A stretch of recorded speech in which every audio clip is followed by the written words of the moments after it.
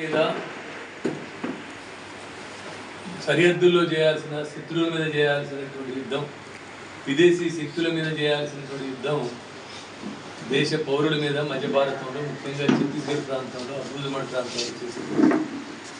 ఈ క్రమంలో ఇప్పటికీ దాదాపు 550 మందికి పైగా హత్య చేసి నరమేధాన్ని సృష్టించింది, రక్తపాతాన్ని సృష్టించింది, పచ్చటి అడవుల్లో నెత్తురుటేరులు పారించింది.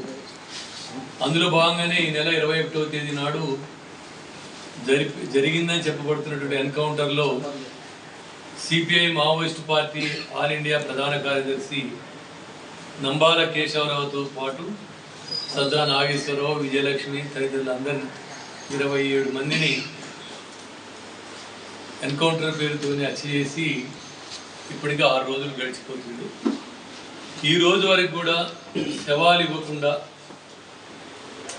పోస్ట్ మార్టం కాలేదనే పేరుతోటి మళ్ళీ రోజు హాస్పిటల్కి, పోలీస్ స్టేషన్కి తిప్పుకుంటూ రాత్రి వరకు కూడా శవాలు ఇవ్వలేదు.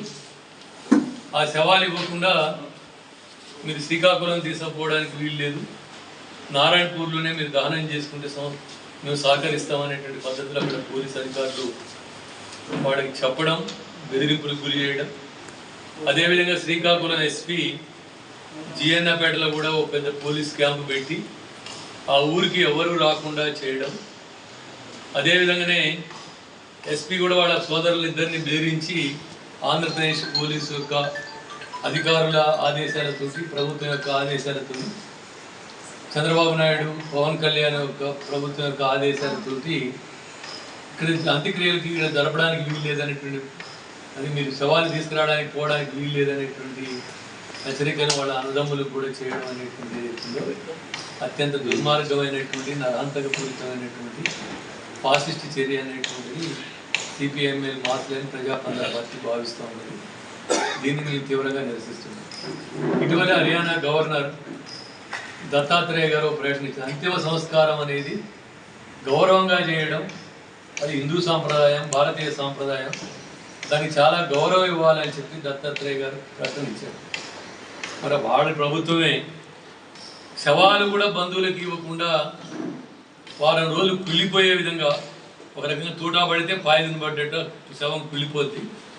ఆ విధంగా ఆ గాయాలన్నీ కనపడకుండా, ఏం జరిగిందో అనేటువంటి తెలియకుండా చేసేటువంటి పద్ధతి ఏదైతే ఉందో ఇది చాలా అమానవీయమైనటువంటిది, అమానుషమైనటువంటిది అని మేము భావిస్తాము.